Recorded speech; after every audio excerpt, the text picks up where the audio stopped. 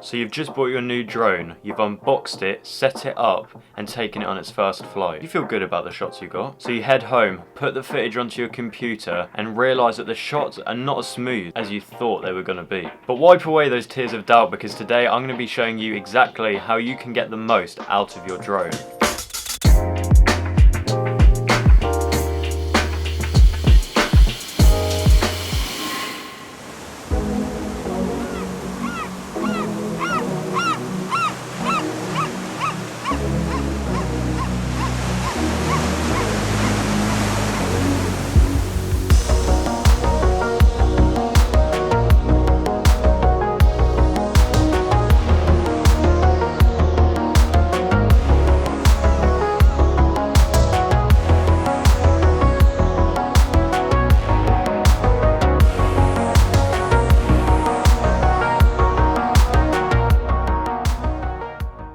Hello everyone, welcome back to another video on the channel. Today we'll be taking a look at the best settings for your DJI Mavic Mini and also taking a look at some of the best technique to get yourself started taking some really nice, smooth, cinematic video. Also, if you don't already follow my Instagram, head over there now and follow it as I post a lot of behind the scenes content and also lots of photography. So without further ado, let's get straight into the video. Okay, so the first thing I want to speak about is picking your resolution. Now the resolution you use with your drone varies depending on the type of video you're looking to make.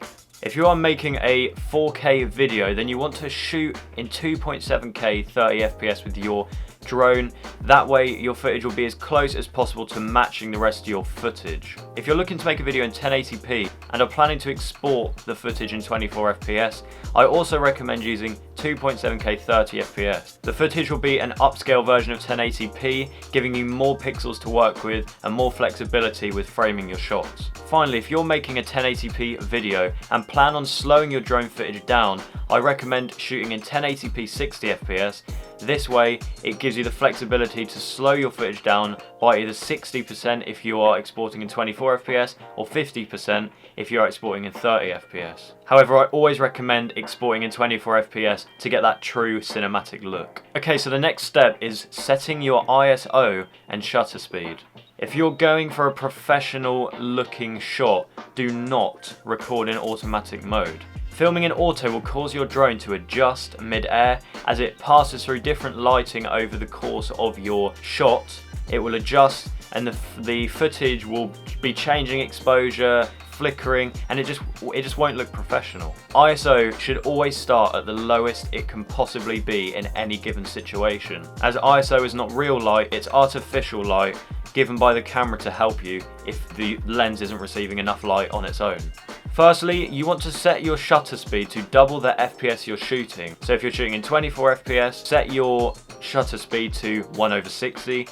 If you're shooting at 60 FPS, set your shutter speed to 1/120th of a second. This way you will get the most sharp video possible, because if your shutter speed is too low, you'll get motion blur, and if it's too high, your video will start to look stuttery. Now, a big problem you may face with your drone if you're shooting on a bright day at the correct settings, you'll run into an issue where your shutter speed is correct, your ISO is correct, but the shot is still too overexposed. Now this is where ND filters come into play. ND filters are basically sunglasses for your camera sensor. When it's too sunny for us, we throw on them sunglasses, and you have to think of your camera in the same way. When it's too bright for it to see, you put the sunglasses on, or ND filters, meaning that you shade the brightness of the shot, therefore exposing it properly while still keeping the correct shutter speed and lowest ISO possible. You can pick up ND filters for the Mavic Mini for around £60 UK and $75 US on Amazon,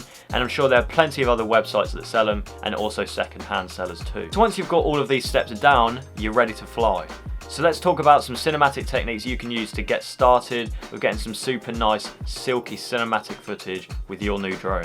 I recommend using your thumb and finger on the joysticks of the controller. This way you'll have more stability on the drone. This is something that really helped me when I first started flying mine. Okay, so the first shot we're going to be looking at I call the center panning subject. You want to find a building, a monument, or a point of interest to focus the shot on. Center the subject in the frame and bring it high enough so the horizon is only just visible also. This adds loads of that nice depth to your shot and also gives a really nice parallax effect, where the background's moving but the subject almost isn't, and it's a very nice, very nice shot. Now as for the controls for this shot, it's quite a fiddly thing to get used to, but once you get it right, it's super simple. So you want to move the right stick of your controller to the left or right, depending on the direction you want to go.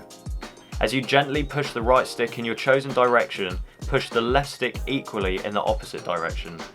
This will keep your subject in the middle of frame whilst moving around it. Now the next shot is what I like to call the horizon reveal. This shot is super simple but looks great. The shot is effective when you want to reveal a sunset or a nice horizon, to fly the drone low to the ground at a decent speed. And whilst going forward, time it right so that you can throttle upwards fully and just make it over whatever objects, trees, buildings are in front of you.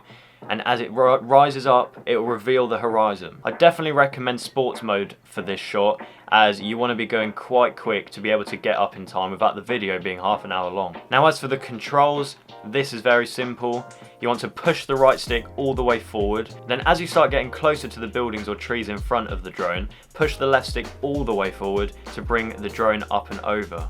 Now the final shot I'm going to be speaking about is the Keyframe King. Now this shot, personally, is my absolute favourite. But it isn't as easy as the other shots to find a place to shoot, but if you have some really nice symmetrical lines, parallel lines that you can fly the drone directly forward through, this shot will work just perfectly and will look great. Shooting this shot is very simple. Put your drone in P mode and literally get it to a nice height where you can see everything and fly it straight forward for around 10 to 20 seconds.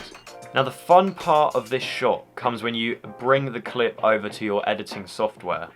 And this is where the keyframes really become king of your shot. So you want to drag your clips into your sequence. I use Premiere Pro, but you can apply this to any other editing software that uses a keyframe system, which I'm pretty sure is most of them.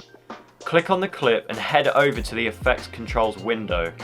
Now depending on the resolution you shoot in this, you will need to do some adjusting. If you shot in 1080p, your shot will be framed full size, so in order to be able to rotate the footage without black of the edges of the frame showing, you will have to unfortunately zoom in by about 20%, so you'll lose a little bit of quality, but it still gives off the same effect and it's not really noticeable. Drag the playhead to the start of the clip. Head over to rotate and rotate your clip left or right. Then add a keyframe by pressing the little blue dot. Then drag the playhead to the end of the clip and rotate the clip in the other direction. This will automatically create a keyframe. Now play the video back and you have the Keyframe King shot. Okay guys, so that wraps up this video. If you enjoyed, don't forget to subscribe. And if there's anything you want to learn, then let me know down in the comments below and I'm sure I'll be able to make a video to help you out. Thank you all for watching and I'll see you all very soon.